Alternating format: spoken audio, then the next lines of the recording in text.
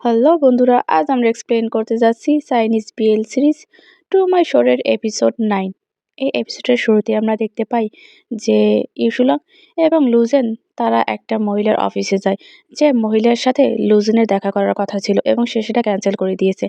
তখন দেখা যায় ও মহিলা বলে যে কারো গিফট খুব কমই আমার মন কেড়ে নেয়, এবং দেখা যায় যে সে ওই সিরামটা দেখে, তারপর বলে যে আমার আধা ঘন্টা পরেই একটা মিটিং আছে, আমি তোমাকে বড়জোর 10 মিনিট দিতে পারি। ইউসুলং তখন বলে যে আমি লুজেনকে আপনার কাছে নিয়ে এসেছি ক্ষমা চাওয়ার জন্য মিসেস শি। তখনই দেখা যায় মহিলা বলে যে কেন মাপ চাইবে? তখন দেখা যায় সে আরো বলে যে পুরুষ এবং মহিলার ভেতর ভালোবাসাটা হলো কেমিস্ট্রি।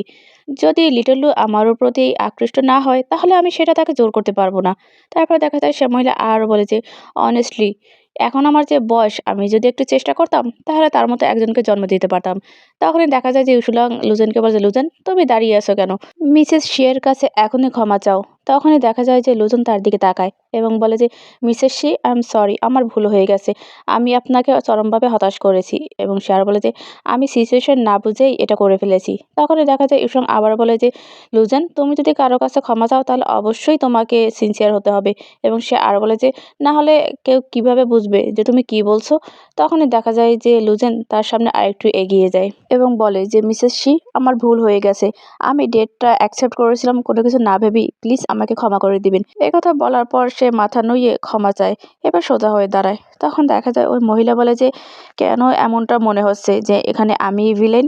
তখনই দেখা যায় যে ইউসুলাং বলে যে সেদিন যদি আমি আপনার জায়গায় হতাম তাহলে আমি কিছুতেই লুজেনকে একদম সুস্থ স্বাভাবিক মতো ওই ক্লাব থেকে আসতে দিতাম না, এবং আমার সকল কাজকর্ম ফেলে আমি তার সাথে দেখা করতে আসতাম না এবং সারাদিন এখানে অপেক্ষা করতাম না। ইউসুলাং তখন আরো বলে যে সো ভিলেন শব্দটা আপনার সাথে একদমই স্যুট করে না। মহিলা একটু খুশি হয়ে যায় এবং দেখা যায় যে সে লুজেনের দিকে তাকায়। তখনই ইউসুলাং আবার লুজেনের দিকে তাকায় এবং বলছে লুজেন, কে তোমাকে সোজা হয়ে দাঁড়াতে বলেছে? তারপর দেখা যায় যে লুজেন আবার মাথা নিচু করে দাঁড়ায়। তখনই দেখা যায় ওই মহিলা বলে যে আচ্ছা, তারা কি লিটল লুকে কোনো নিউ এজেন্টের কাছে দিয়েছে?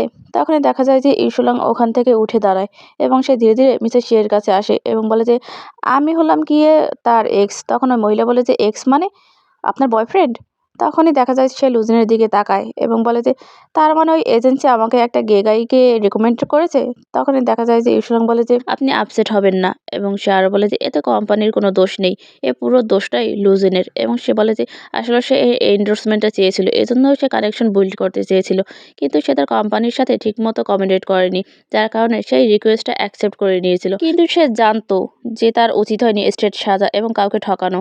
এ কারণেই সেদিন রাতে সে অনেক বেশি হতাশ হয়ে পড়েছিল এবং কোম্পানি অনেক বেশি ক্ষেপে গিয়েছিল, যার কারণে তাকে একটা শিক্ষা দিতে চেয়েছিল। এরপর ওই মহিলাটা ওর মাথার দিকে তাকায় এবং বলছে তোমার কপালে যে দাগ সেটা কি তোমাকে কেউ হিট করেছে? তখনই দেখা যায় যে লুজেন বলছে এটা কিছুই না, এবং তখনই দেখা যায় মহিলা বলে যে অ্যাটলিস্ট তুমি যে ভুল করেছো সেটার অনুতপ্ত তুমি হয়েছো, এটাই অনেক। ওই মহিলা তখন আরো বলে যে অনেকের থেকেই তুমি এখনো বেটার আছো, যারা স্ট্রেট হওয়ার ভান করে এবং এই কাজটা করিয়ে নেয়।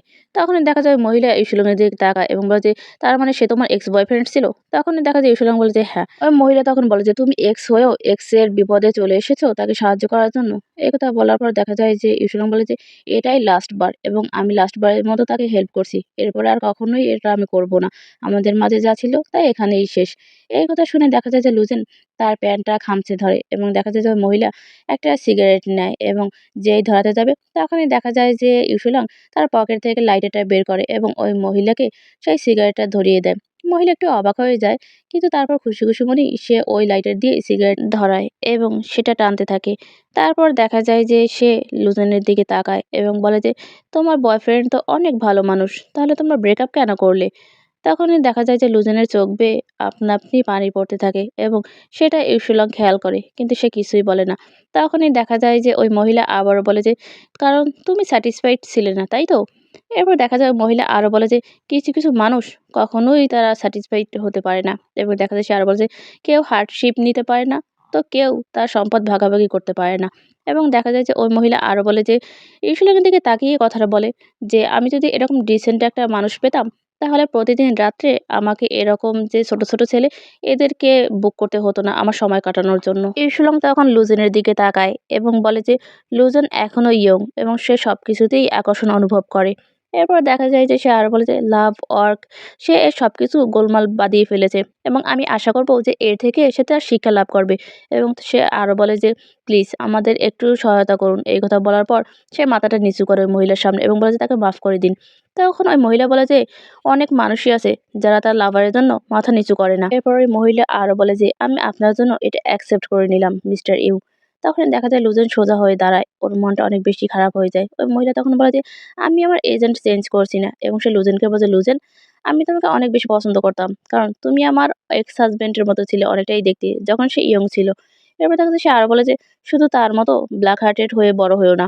তখনই দেখা যায় যে লুজেনের দিকে তাকায় ইউসুলং, এবং ইউসুলং তখন আবার বলে যে আই এম রিয়েলি সরি।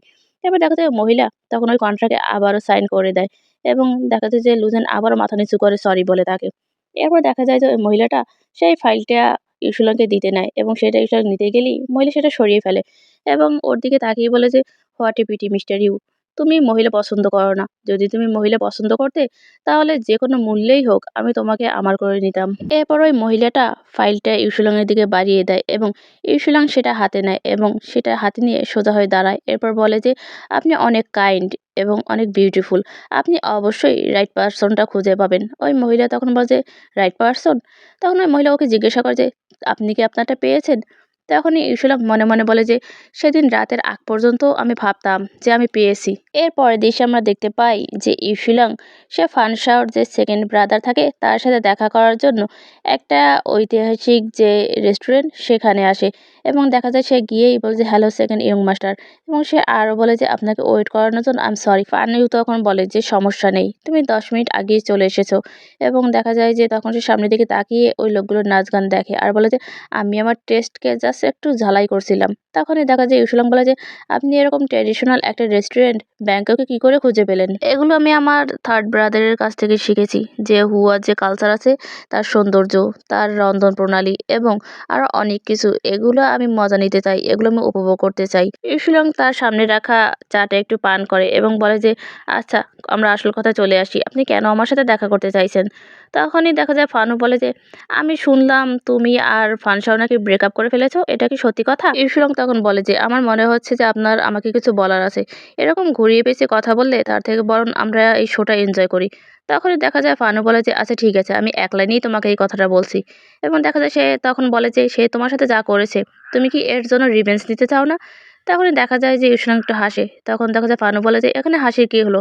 তখনই দেখা যায় যে ইউসুলং বলে যে আপনার মনে হচ্ছে যে আপনি একটা যুদ্ধের ড্রাম এবং আপনি আমাকে ব্লেড হিসেবে ব্যবহার করতে চাইছেন। ফান-উ তখন বলে যে তুমি এরকম বলো না যে আমি তোমাকে ব্যবহার করছি। তুমি এটা করলে আমরা দুজনেই যা চাই সেটাই পাবো। তখনই দেখা যায় যে ইউসুলাং একটু চিন্তা করে। তারপর বলে যে আপনি বলুন যে আমি কিভাবে রিভেঞ্জ নিতে পারি? তখনই দেখা যায় যে ফানু বলে যে মিলিয়ন ওয়ে আছে এটা করার, এবং দেখা যায় সে আরও বলে যে আমি তোমাকে সবথেকে সিম্পলেস্ট আর যেটা তাড়াতাড়ি হয় সেটাই করব এবং যেটা টাকা ইনকাম হয়। এরপর দেখা যায় যে ইউসুলাং ওই চায়ের কাপটাকে নাড়াচাড়া করতে থাকে এবং বলে যে আমি আমার রাগ ঝাড়বো, কিন্তু সেটা কিভাবে? আমি এটাই জানতে চাই। তখনই ফানু বলে যে তুমি আগে শুনতে চাও না যে তুমি কি করে প্রফিট করবে? তখনই দেখা যায় যে ওই লোকটা আবার বলে যে আমি শুনেছি তুমি তোমার অ্যাপার্টমেন্ট বিক্রি করে দিতে চাও ফানসাওকে তার টাকা দেওয়ার জন্য। সেটার কোনো দরকার নেই, আমি তোমাকে হেল্প করব। তুমি শুধু আমাকে একটা কাজে হেল্প করো। কথা বলার পর সে একটা চেক দেয় এবং সেখানে 10 কোটি টাকা উল্লেখ থাকে, এবং দেখা যায় যে সে আরও বলে যে তুমি আমাকে শুধু এই একটা কাজে হেল্প করো এবং এই চেকে যা আছে সব তোমার। এবং দেখা সে আরও বলে যে এটা তোমার যে ব্রাদারের যে ডেপ্ট আছে সেটা পরিশোধ করার জন্য যথেষ্ট, এবং তারপরও কিছু টাকা তোমার থেকে যাবে। তুমি তোমার রাগও ঝাড়তে পারবে এবং তোমার কিছু টাকাও ইনকাম হবে। উভয় দিক দিয়েই তোমার লাভ হবে।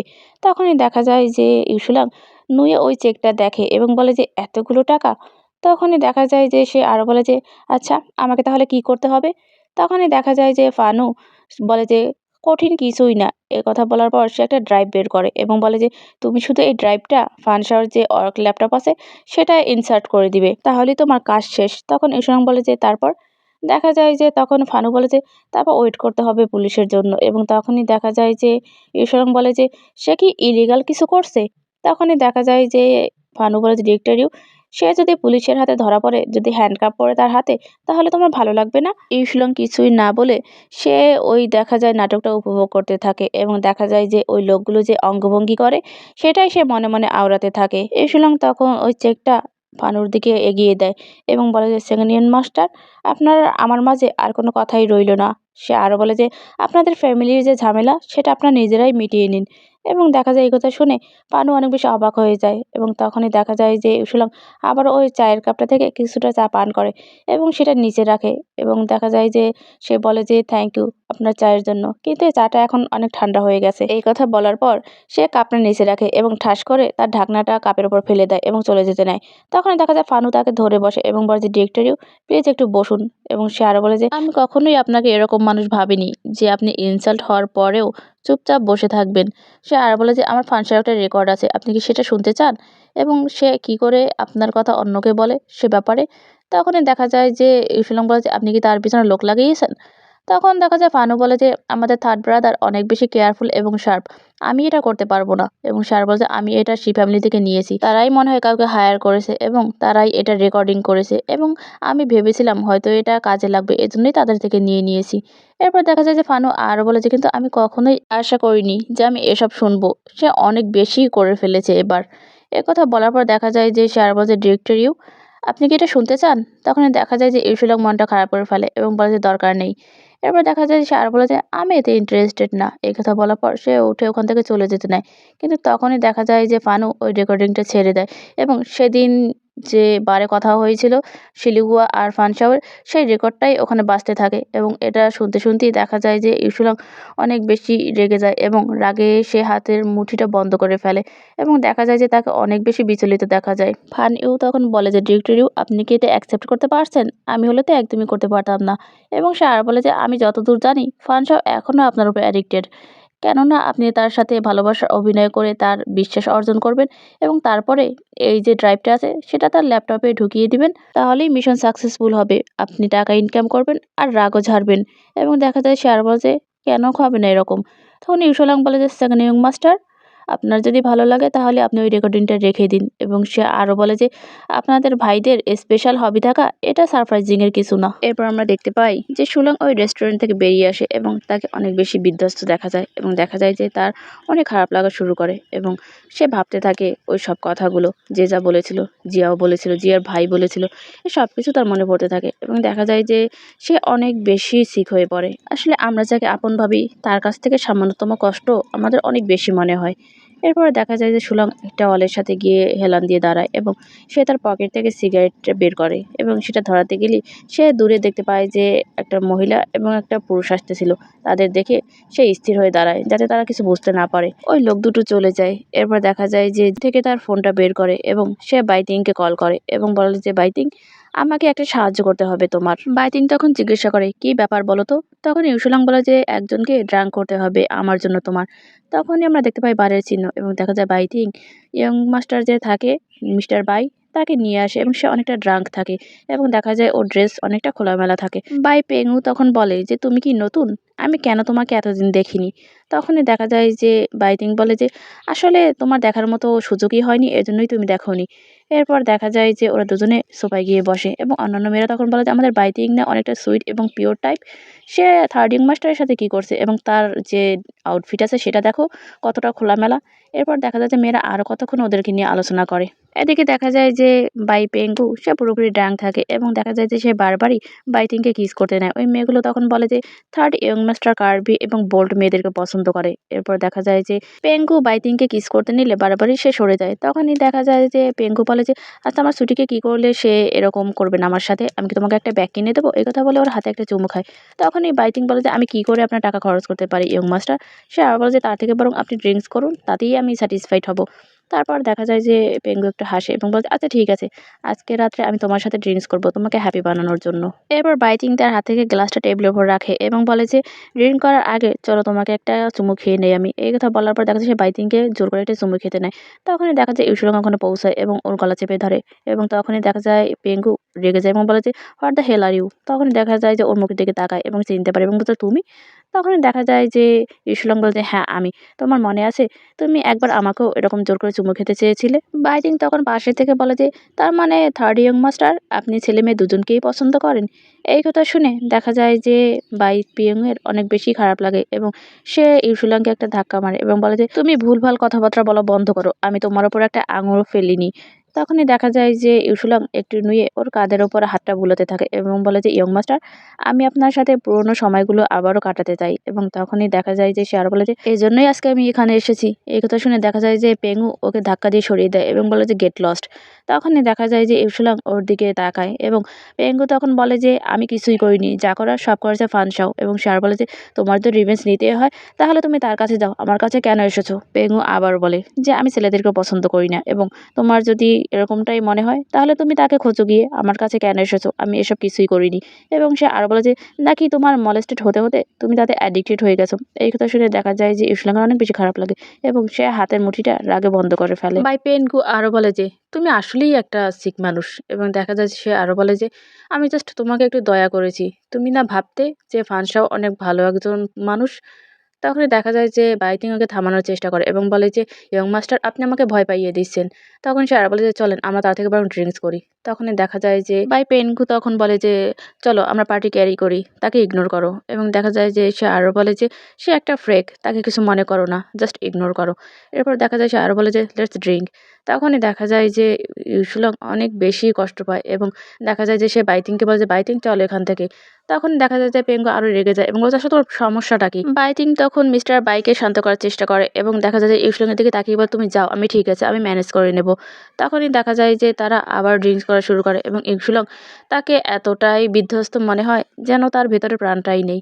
সে দেখা যায় যে ধীরে ধীরে ওখান থেকে বেরিয়ে আসে। ইউসুলং তার বাসায় ফেরে এবং তার সোফার উপরে সে শুয়ে পড়ে এবং মাথাটা সোফার উপরে এলিয়ে দেয় এবং সে চিন্তা করতে থাকে জিয়ার সাথে কাটানো মোমেন্টগুলোর কথা এবং জিয়াও তাকে যে সকল কথাগুলো বলেছিল তাকে ভালোবেসে সেইগুলো। অপরদিকে আমরা দেখতে পাই জিয়ারও সময় কাটে একদমই অন্যরকমভাবে।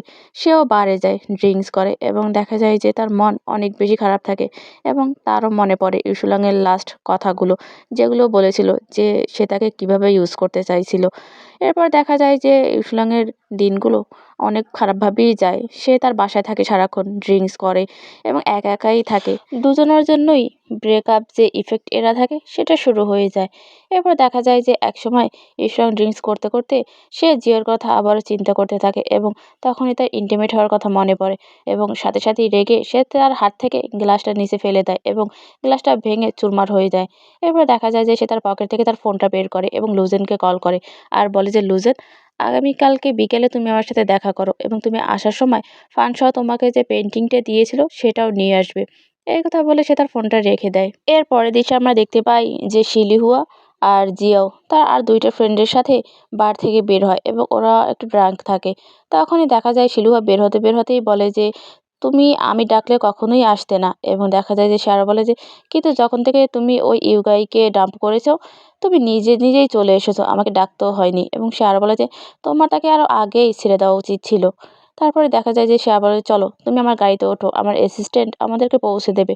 তখনই দেখা যায় যে জিয়া বলে যে না সমস্যা নেই, আমি একজন ড্রাইভার ডেকে নেব, তোমরা যাও। শিলিহুয়া তখন বলে যে তুমি আগের মতোই জেদি রয়ে গেছো। তখন দেখা যায় যে জিয়া ওখান থেকে চলে যায় এবং ওরাও ওখান থেকে চলে যেতে নেয়। এরপর দেখা যায় যে জিয়াও তার গাড়ির কাছে আসে এবং ড্রাঙ্ক হওয়ার কারণে সে একটু হেলে দুলে হাঁটতে থাকে। তখনই দেখা যায় যে সে সামনে তাকায় এবং ইসুলংকে দেখতে পায়। দেখা যায় যে ইসুলং তার হাতে যে ড্যাশ লাইটটা থাকে সেটা জ্বালাতে থাকে আর নিভাতে থাকে এবং তখনই দেখা যায় যে ওদিকে ডাকে সে ফানসাও। তখন ফানসা আরো ভালোভাবে ওর দিকে তাকায় এবং বলে যে ইউসুলং। এরপরে দেখা যায় যে ইউসুলং আস্তে আস্তে করে হাঁটতে হাঁটতে সে জিয়ার সামনে আসে এবং তখন জিয়াও তার কাছে আগাতে থাকে এবং বলে যে ইউসুলং, আমি কখনোই ভাবতে পারিনি যে তুমি আমার সাথে দেখা করতে আসবে। এই কথা বলার পর সে ইউসুলংকে ধরতে নেয় কিন্তু দেখা যায় ইউসুলং সরে যায়, যার কারণে ফানসাও তাল সামলাতে না পেরে সে পড়ে যেতে নেয় এবং অপরদিকে সে ড্রাঙ্কও থাকে।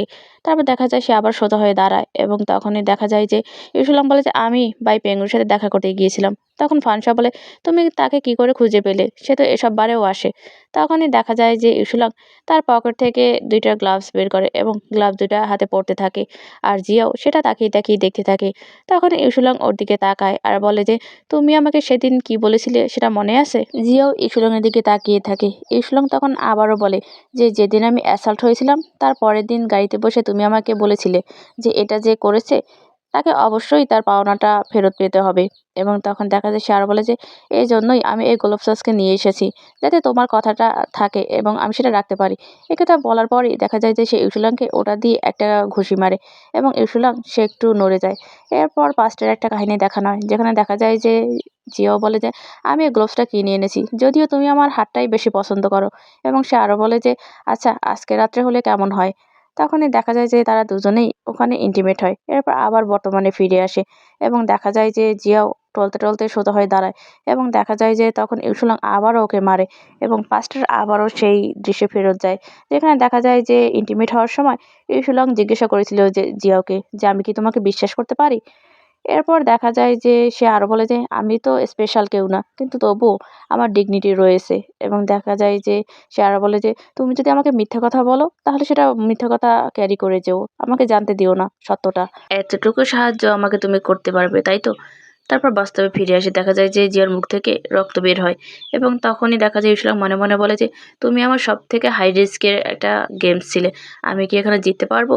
এবং দেখা যায় যে সে আরও বলে যে এই গেমসে কেউ জিততে পারেনি, সকলেই লুজার। এবং দেখা যায় যে সে আরও বলে যে এবং সব থেকে বড় লুজারই হলাম গিয়া আমরা। এরপর দেখা যায় যে সে আবারও জিয়ার কাছে যায় এবং তাকে কলার ধরে উঠায় এবং আবারও একটা ঘুষি মারে। এরপর আবার ফ্ল্যাশব্যাকে পাস্টের কিছু স্মৃতি দেখানো হয়, যেখানে দেখানো হয় যে জিয়ার ঘুমের ভেতর সে অনেক খারাপ স্বপ্ন দেখে তার মাকে নিয়ে এবং দেখা যায় যে অনেক বেশি এক্সাইটেড হয়ে যায়। এবং তখনই দেখা যায় যে সুলাং ওকে শান্ত করার চেষ্টা করে এবং বলে যে এটা জাস্ট ড্রিম, এটা একদমই রিয়েল না, আমি এখানে আসছি তো তোমার পাশে। এবং দেখা যায় সে আরও বলে যে তুমি শান্ত হও এবং ওর নাম ধরে ডাকতে থাকে এবং আরও বলে যে আমি এখানেই আসি। এরপর আবার বাস্তবে ফিরে আসে সুলাং এবং দেখা যায় তাকে অনেক বেশি টায়ার্ড লাগে এবং তখনই জিয়াও তার নাকটা ডলতে ডলতে ওর দিকে ফিরে তাকায় আর মনে মনে বলে যে ইসুলংয়ের সাথে তাহলে আমার সব কিছু শেষই হয়ে গেল। এরপর দেখা যায় সে মুখে বলে যে ইসুলং তোমার রাগ কমানোর জন্য তোমাকে আর কি কি করতে হবে তুমি সেটাই করো। ইসুলং তখন বলে যে ফানসাও তুমি স্পেশাল কেউ না।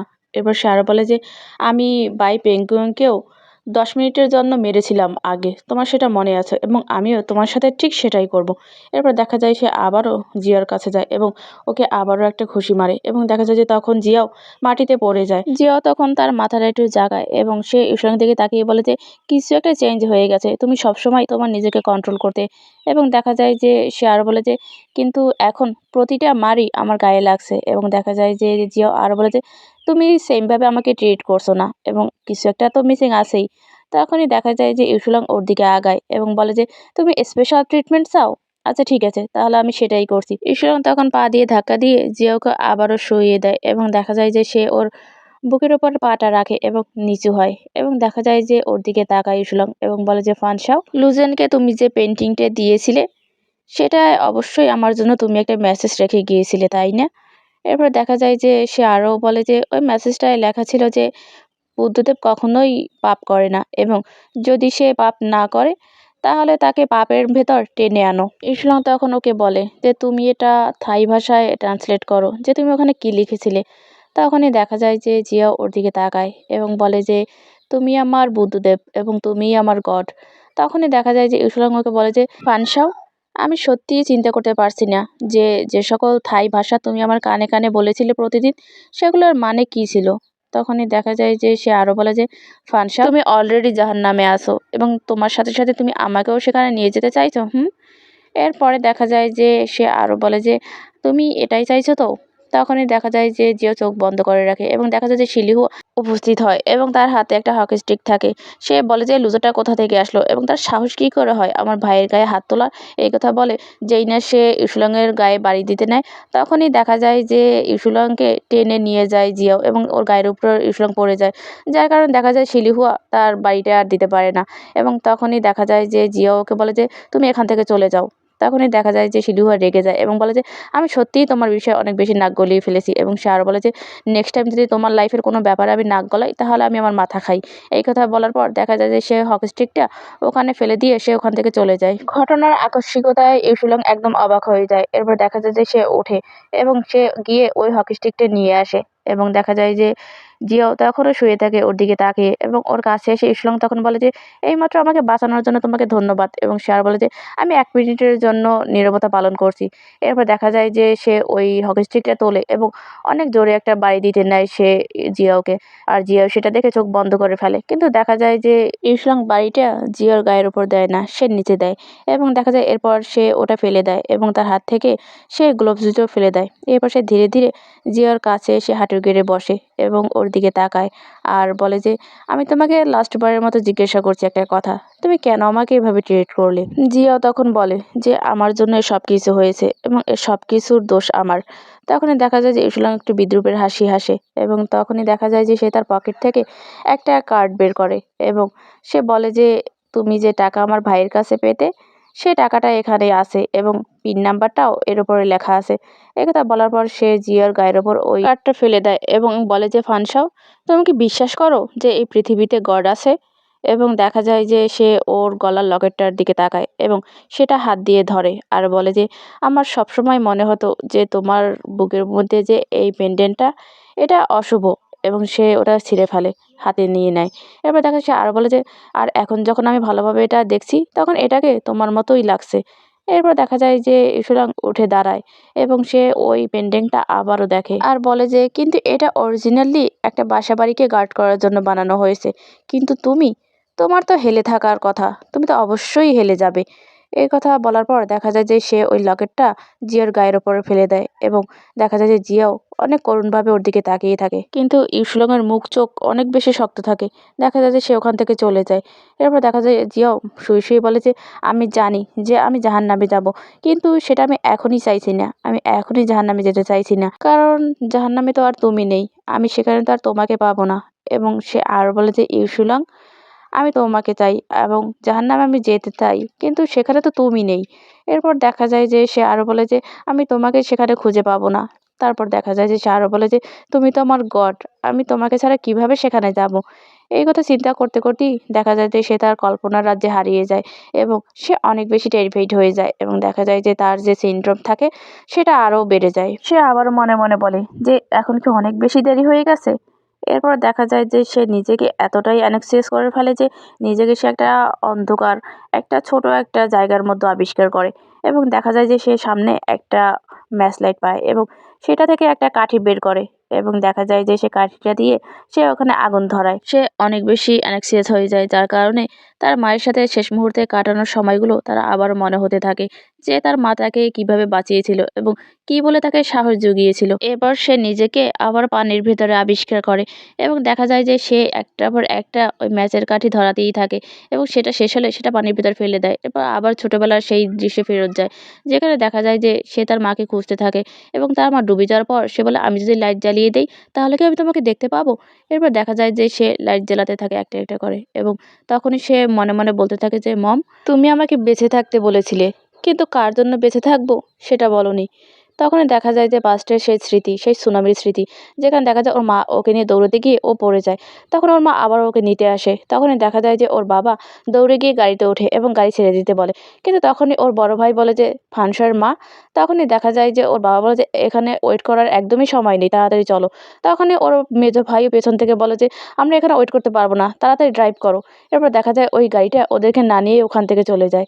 এরপর আবারও বর্তমানে ফিরে আসে এবং ফানসাও তখন বলে যে মা, আমি তোমাকে অনেক বেশি মিস করছি, এবং সে আর বলে যে আমি তোমাকে খুঁজতে যেতে চাই। এরপর দেখা যায় যে ওর মা হাত বাড়িয়ে ওকে ডাকে যে ফানসাও, তোমাকে কি কেউ ভুল বুঝেছে?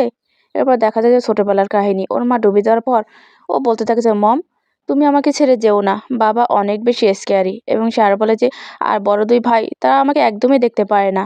আবার বর্তমানে ফিরে আসে ফানসাও এবং বলে যে ইয়েস, যাদের মরে যাওয়ার কথা তারা এখনও বেঁচে আছে, এই অবস্থাতে আমি কিছুতেই মরে যেতে পারি না। এবং দেখা যায় যে সে আরও বলে যে আমার কিছুই হারাবার নেই। এরপর সে আরও যোগ করে যে আমি যদি হ্যাপি হতে না পারি তাহলে হ্যাপি হওয়ার রাইট আর কারো নেই। এরপর সে একা একা আরও বলে যে ইউসুলং, তোমার যদি কোনো কিছু নাও থাকে তাহলেও আমি তোমার সাথে থাকবো। এরপর দেখা যায় যে সে আরও বলে যে তুমি আমার আছো। এরপর দেখা যায় যে দরজাটা খুলে যায় এবং সে কল্পনা করে যে ওই দরজা ভেদ করে আলো নিয়ে ইউসুলং তার কাছে এসেছে এবং সে কাছে এসে বলছে যে আমি এসে গেছি, সব ঠিক হয়ে যাবে।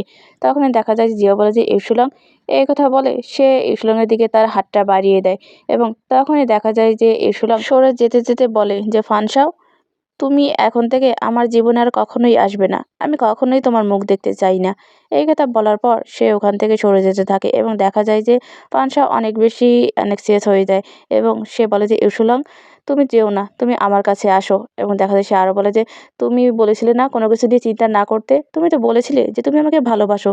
এবং সে আরও বলে যে তুমি বলেছিলে যে অন্য কোনো কিছু নিয়ে চিন্তা ভাবনা না করার জন্য, তুমি বলেছিলে তুমি আমাকে প্রোটেক্ট করবে, তাহলে এখন কেন তুমি সরে যাচ্ছ আমার কাছ থেকে, তুমি কেন তোমার কথা রাখছো না? এবং সারা বলে যে তুমি তো আমাকে বলেছিলে যে আমাকে ভালোবাসো, তাহলে এখন কেন এরকম করছো? তুমি যদি বলো আমাকে ভালোবাসো তাহলে ভালোবেসেই দাও, আর যদি বলো যে ভালোবাসো না তাহলে বেসো না। তখন দেখা যায় যে সে আরও বলে যে তুমি না আমার বুদ্ধদেব। এরপর দেখা যায় যে ও কাঁপতে থাকে এবং বলে যে তুমি না আমাকে বাঁচাতে এসেছিলে। এবার দেখ সারা বলে যে তাহলে তুমি কেন আমাকে ছেড়ে দিচ্ছ? এবং দেখা যায় সারা বলে যে ইউসুলাং, কে তোমাকে পারমিশন দিয়েছে আমাকে ছেড়ে যাবার? এবার দেখা যায় যে ও অনেক বেশি কাঁপতে থাকে এবং কান্না করতে থাকে। তারপর দেখা যায় যে সে আবারও সোজা হয়ে বসে এবং বলে যে কেউ আমাকে চায় না, তাই না? এখন তো আমি আমার নিজের ইচ্ছে মতো মরে যেতে পারবো, কেউ দেখারও থাকবে না। এরপর সে নিজে নিজেকেই পানির ভিতরে আবিষ্কার করে এবং দেখা যায় যে সে আবারও ওই ম্যাচ থেকে একটা কাঠি জ্বালায় এবং বলে যে তারা সবাইকে চলে গেছে, কেউ নেই এখানে। এরপর দেখা যায় সে আরও বলে যে কেউ আমাকে চায় না, তাই তো? এরপর দেখা যায় যে সে ধীরে ধীরে বলে যে এখন ফাইনালি আমি আমার ইচ্ছে মতো মরতে পারবো।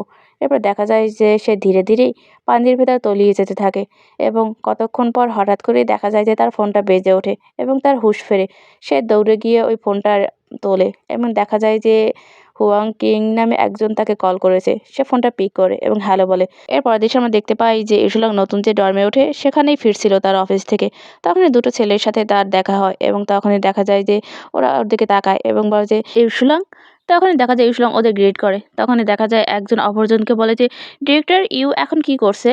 তখন দেখা যায় অন্যজন বলে তুমি ওটা নিয়ে চিন্তা করো না, গেমস খেলো। তখনই দেখা যায় যে ইরশুলাং ওখানে গিয়ে রেলিংয়ে হাত দিয়ে দাঁড়ায় এবং বলে যে এখানে থাকাটা মনে হয় ঠিক হবে না, খুব তাড়াতাড়ি আমাকে এখান থেকে মুভ আউট করতে হবে। তখনই ইরশুলাংয়ের ফোনটা বেজে ওঠে এবং সে মনে মনে বলে যে মিস্টার হুয়াং। এরপর দেখা যায় যে সে ফোনটা পিক করে এবং বলে যে হ্যালো মিস্টার হুয়াং। তখনই দেখা যায় যে ইরশুলাং অনেক বেশি খুশি হয়ে যায় এবং বলে যে আপনি এখন থাইল্যান্ডে আছেন? এর পরের দৃশ্যে আমরা দেখতে পাই যে সেই লোকটার সামনে বসে আছে ইরশুলাং এবং দেখা যায় যে ওই লোকটা ওর প্রফেসর এবং তার নাম মিস্টার হুয়াং। মিস্টার হুয়াং ইরশুলাংকে বলে যে ইউ লিটল রাস্কেল, তুমি আমাকে টিজ করতে খুবই পছন্দ করতে। এবং দেখা যায় সে আরও বলে যে স্কুল লাইফে তুমি তো বস হুয়াংয়ের লিডার ছিলে। এবং তখন দেখা যায় সে আরও বলে যে কিন্তু এখন যখন তোমরা গ্রাজুয়েশন কমপ্লিট করলে কেউ আমাকে প্রফেসর বলে আর ডাকছেই না। তখনই দেখা যায় যে ইরশুলাং তাকে একটা স্বনামধন্য টি গিফট করে এবং দেখা যায় যে এটা আপনার জন্য, আপনাকে যে অফেন্ড করেছি সেটা মেকআপ করার জন্য, প্লিজ আপনি এটা ট্রাই করে দেখুন। তখন দেখা যায় যে প্রফেসর অনেক বেশি খুশি হয়ে যায় এবং বলে যে তুমি এখনও আগের মতোই থটফুল রয়ে গেছো। এবং সে আরও বলে যে তুমি মনে রেখেছো যে আমি এই চাটা পছন্দ করি? ইরশুলাং তখন বলে যে আপনি ফোনে বলেছিলেন যে কোনো একটা কাজে আপনার আমাকে প্রয়োজন, কি সেটা? তখনই দেখা যায় যে মিস্টার হুয়াং বলে যে আমি এখন থাইল্যান্ডে আছি এবং তোমাকে আর এবং ডি টিমে জয়েন করার জন্য ইনভাইট করছি। তখনই দেখা যায় যে ইরশুলাং বলে যে আমাকে আর অ্যান্ড ডি টিমে ইনভাইট করবেন? তখনই দেখা যায় প্রফেসর বলছে হ্যাঁ, এবং সে আর বলছে আমি যে তোমাকে ম্যাটেরিয়ালসগুলো পাঠিয়েছি তুমি কি সেগুলো পড়েছো? ইরশুলাং তখন বলে যে আপনি তাহলে সেই হানিসিকল যে ড্রিঙ্কস সেটার কথা বলছেন? তখনই দেখা যায় যে প্রফেসর বলে যে হ্যাঁ, সেই প্রজেক্টটার কথাই বলছি। এবং সে আরও বলে যে এটা এখন প্রসেসিংয়ে আছে, দ্রুত প্রসেস শেষ করে এটা আমরা লঞ্চ করব এবং বাজারে নিয়ে আসতে পারবো। তখনই দেখা যায় যে ইরশুলাং জিজ্ঞাসা করে যে অন্য কোনো ফার্মাসিউটিক্যাল কোম্পানির সাথে ইনভলভ নেই? তখনই প্রফেসর বলে যে কিছু সাপোর্ট আছে। এবং সে আরও বলে যে আমরা মূলত চাংলিং যে ব্র্যান্ডটা আছে সেটা ডেভেলপিংয়ের উপরই ফোকাস করছি। এবং সে আরও বলে যে এই প্রোডাক্টটা যদি ভালোভাবে শেষ হয়, এই প্রজেক্টটা যদি আমরা ভালোভাবে রান করতে পারি তাহলে আমরা অন্য প্রজেক্টে যেতে পারবো এবং একের পর এক প্রজেক্ট আমরা হাতে নিতে পারবো। এরপর দেখা যায় যে প্রফেসর আরও যোগ করে যে এবং থাইল্যান্ডের যত পপুলার প্রোডাক্ট আছে সেগুলোর ভেতরে আমরা চাংলিং ব্র্যান্ডটাকেই বেছে নিয়েছি এবং সেটাকেই আমরা ইউজ করব। সে আরও বলে যে এবং তাদেরকে মার্কেটে নিয়ে আসবো। তখন সে আরও বলে যে ইনভেস্টর বলেছে যে মার্কেটিং যদি সঠিক হয় তাহলেই আমরা এই ব্র্যান্ডটাকে সাকসেস করতে পারবো। তখনই দেখা যায় যে ইরশুলাং অবাক হয়ে যায় এবং বলে যে ইনভেস্টর, তারা কি অলরেডি ফান্ডিং করা শুরু করে দিয়েছে? তখন প্রফেসর বলছে হ্যাঁ। এবং সে আর বলে যে নাহলে আমরা কোথায় এতগুলো টাকা পাবো? এবং সে আর বলে যে তাছাড়া আমরা শুধু আর এবং ডি জানি, আমরা সেলসের কিছুই জানি না। এরপর দেখা যায় যে ইরশুলাং মাথা নাড়ে। প্রফেসর আরও বলে যে স্কুলে তুমি কোয়ালিফাইড হওয়ার চেয়েও অনেক বেশি নাম্বার পেয়েছিলে এবং তুমি আমার সবথেকে বেস্ট স্টুডেন্ট। দেখা যায় সে আরও বলে যে কিন্তু তুমি তোমার লেখাপড়াটা মাঝপথেই ছেড়ে দিলে, তোমার ভাইকে সাপোর্ট করার জন্য তুমি জব নিয়ে নিলে। এবং তুমি এমন একটা জব করছো যেটা তোমার ফিল্ডের ভেতরই পড়ে না। তারপর দেখা যায় যে ওই প্রফেসর আবার বলে যে এই ব্যাপারটা আমার অনেক কষ্ট দিয়েছে এবং আমি কখনোই এটা ভুলতে পারিনি। দেখা যায় যে স্যার বলে যে এবং আমাদের টিচার আর স্টুডেন্ট যে বন্ড সেটা আমি এখনই শেষ হতে দিতে চাচ্ছি না। এবং স্যার বলছে আমি এখন থাইল্যান্ডে আছি এবং আমি এটা কাজটা শুরু করতে চাই, কিন্তু এমন একজনকে দরকার যাকে আমি পুরোপুরি ট্রাস্ট করতে পারবো। তাই তোমাকে বলছি যে তুমি এসো এবং তোমার টিচারকে সাহায্য করো। এই সুলং একটু চিন্তিত হয় এবং বলে যে টিচার আমি সবই বুঝলাম, কিন্তু আমার বর্তমান যে জব, তখনই দেখা যায় যে ওই লোকটা বলে যে কষ্ট ছাড়া কোনো কিছুই লাভ করা যায় না। এবং সে আরও বলে যে তুমি যদি রিস্ক না নাও তাহলে তুমি ওই পাহাড়ের চূড়ায় কিছুতেই উঠতে পারবে না। এবং সে আরও বলে যে আমি জানি যে তুমি তোমার উপর কতটা নির্ভরশীল এবং তুমি এটাও জানো যে বোহাইতে তোমার অবস্থান ঠিক কোন জায়গায় এবং এ পর্যন্ত আসতে তোমাকে ঠিক কী কী করতে হয়েছে। এবং দেখা যায় সে আরও বলে যে এটা একদমই ইজি ছিল না, কিন্তু তুমি তোমার নিজেকে জিজ্ঞাসা করো যে তুমি কি এই জবটা পছন্দ করো। তখনই দেখা যায় ইস্যুলাং ওই চাটা একটু পান করে এবং দেখা যায় কাপটা সে টেবিলের উপর রাখে এবং বলে যে এটা যে আমি পছন্দ করি সেটাও বলতে পারবো না। এবং সে আরও বলে যে ড্রিঙ্কস করা এবং কারোর সাথে চ্যাট করা, তাদেরকে ওয়েলকাম জানানো এবং বিদায় জানানো, এসব করতে করতে এখন আমি টায়ার্ড। এবং তাই তখনই দেখা যায় প্রফেসর বলে যে তুমি কি তোমার পেমেন্ট নিয়ে চিন্তা করছো। তখনই দেখা যায় যে সে আরও বলে যে তোমাকে একদমই চিন্তা করতে হবে না, আমি তোমাকে বলেছি না যে আমাদের ইনভেস্টর আছে, তুমি আমার টিমে আসো এবং আমার ডেপুটি টিম লিডার হিসেবে জয়েন করো এবং যত এক্সটার্নাল কাজ আছে সেগুলো তুমি হ্যান্ডেল করো। এবার দেখা যায় সে আরও বলে যে আমি তোমাকে হ্যান্ডসাম একটা পেমেন্ট দেবো। সে হাত দিয়ে সেটা দেখায়। তখনই দেখা যায় যে ইউসুলং বলে যে আপনি হঠাৎ করেই অনেক বেশি চেঞ্জ হয়ে গেছেন। এবং সে আরও বলে যে আপনি বস ওয়াং থেকে সত্যি সত্যি একজন বস বনে গেছেন। তখনই দেখা যায় ওই লোকটা হাসে এবং বলে তুমি ঠিকই বলেছো। এবং সে আরও বলে যে আমি শুনেছি যে তুমি তোমার অ্যাপার্টমেন্ট বিক্রি করে দিয়েছো এবং তোমার এখন একটা জায়গার দরকার। সে আরও বলে যে ইনভেস্টর শুধুমাত্র এই যে ইনভেস্ট সেটাই করেনি, সে হাউজিং এবং যে অফিস সেটাও প্রোভাইড করছে। ইউসুলং তখন মনে মনে বলে যদি আমি বোহাইতে থাকি তাহলে ফানসাওর সাথে আমার দেখা হয়ে যাবে। এবং সে আরও বলে যে সে অনেকটাই ইনপ্রেডিক্টেবল। এবং সে আরও বলে যে এবং আমি এই রিলেশনটা থেকে অলরেডি অনেক দূরে চলে এসেছি এবং এখন সেখান থেকে সরে আসাই সব থেকে ভালো পদক্ষেপ হবে। তখনই দেখা যায় যে প্রফেসর বলে যে তুমি কি আসছো তাহলে সুলাং। তখনই দেখা যায় যে ইউসুলং বলে যে স্যার আপনি যে প্ল্যান করবেন আমি সেটাই মেনে চলবো। তখনই দেখা যায় যে প্রফেসর খুশি হয়ে যায় এবং বলে যে তাহলে এটা একটা ডিল হয়ে গেল, প্রজেক্টের কাজ অলরেডি শুরু হয়ে গেছে এবং তোমাকে সেখানে দরকার। দেখা যায় স্যার বলে যে সো তুমি আগামীকালকেই ওখানে রিজাইন করো এবং এখানে চলে আসো। তখন দেখা যায় ইউসুলং অবাক হয়ে যায় এবং বলে যে কালকেই। এরপর দেখা যায় সে আরও বলে যে আমার একটু সময় লাগবে আমার যে কাজ সেগুলো হ্যান্ড ওভার করার জন্য। ইউসুলং আরও জিজ্ঞাসা করে যে আচ্ছা এই যে ইনভেস্টর সে কে। তখনই দেখা যায় যে ওই প্রফেসর একটু আমতা আমতা করে এবং তখন দেখা যায় সে বলে যে এটা নিয়ে তোমাকে চিন্তা করতে হবে না। এবং সে তারপর বলে যে এটা জেন রুইডা নামের একটা লোকের নাম বলে। তখন দেখা যায় যে ইউসুলং বা জুন রুইডা। এবং তখনই দেখা যায় যে ওই প্রফেসর বলে যে যেই ফান্ডিং করুক না কেন সেটা দিয়ে তোমার কোনো দরকার নেই এবং তোমাকে যে জানতেই হবে এমন তো কিছু না, তাই না। তখনই ইসলাম বলে যে আচ্ছা ঠিকই বলেছেন এবং সে বলে আচ্ছা ঠিক আছে আমি দ্রুতই চলে আসবো। এই কথা বলার পর দেখা যায় সে ওখান থেকে চলে যায়। এরপরের দিন আমরা দেখতে পাই যে ইসুলং সে ওই নতুন কোম্পানিতে জয়েন করে এবং সে তখন দেখা যায় যে অ্যাপ্রন পরে একদম রেডি হয়ে যায়। তারপর দেখা যায় যে সে আয়নার দিকে তাকায় এবং নিজেকে দেখে নিজেই খুশি হয়ে যায়। এরপর দেখা যায় সে ল্যাবের ভেতর দিয়ে দেখা যায় যে কনফারেন্স রুমের দিকে যায় এবং সেখানে গিয়ে সে মিস্টার হুয়াংকে দেখতে পায়। সে নক করে এবং ভেতরে ঢোকে। তখন দেখা যায় যে সেই লোকটা বলে যে ও সুলং আসো বসো। তারপর দেখা যায় যে সুলং ভেতরে ঢোকে এবং একটা চেয়ার টেনে বসে। তখনই দেখা যায় যে ওই লোকটা বলে যে তোমাকে ধন্যবাদ নিজের দায়িত্ব নিয়ে পরিষ্কার পরিচ্ছন্ন করানোর জন্য। এবং সে আরও বলে যে এই রুমটা এখন অনেকটাই প্রেজেন্টেবল লাগছে। তারপর দেখা যায় ইউসুলং চারপাশে তাকায় এবং তখনই দেখা যায় যে ইউসুলং তাকে বলে যে মিস্টার হুয়াং আসলে এই ইনভেস্টরের সাথে ব্যাপারটা কি বলেন তো, আমি এখনও তো কিছুই জানতে পারলাম না তাদের ব্যাপারে। তখনই দেখা যায় যে মিস্টার হুয়াং বলে যে তুমি জাস্ট এখানে এসেছো এবং তোমার অনেক কিছু করার বাকি আছে এখনো। সে আর বলে যে ইনভেস্টর যারা আছে তারা শুধু মানি ম্যান এবং তোমাকে ওসব নিয়ে স্টাডি না করলেও হবে। তারপর দেখা যায় যে সে আরো বলে যে তুমি চিন্তা করো না এবং দেখা যায় সে আরো বলে তাছাড়া একটু পরেই তারা এখানে চলে আসবে, তখনই না হয় তুমি তাদের সাথে মিট করে নেবে। তখন ইনস্ট্রাগ্রাম বলে যে আচ্ছা। তখনই দেখা যায় যে ইনভেস্টররা ওখানে চলে আসে এবং দেখা যায় একে একে সকলেই প্রবেশ করে এবং ইউসুলং তখন তাদের সবাইকে দাঁড়িয়ে ওয়েলকাম জানায়। তখনই দেখা যায় সবার শেষে ওখানে জিয়াও প্রবেশ করে এবং দেখা যায় যে জিয়াও ঢুকেই সে ইউসুলংয়ের দিকে তাকায় এবং জিয়াওকে দেখে দেখা যায় যে ইউসুলংয়ের পুরো দুনিয়া ওলটপালট হয়ে যায় এবং সে অনেক বেশি সারপ্রাইজড হয়ে যায়, কারণ সে এখানে জিয়াওকে একদমই আশা করেনি। আর এই চ্যাপ্টারটা এখানেই শেষ হয়ে যায়। ভিডিওটি ভালো লাগলে অবশ্যই লাইক কমেন্ট আর সাবস্ক্রাইব করে পাশে থাকবেন। ধন্যবাদ সবাইকে।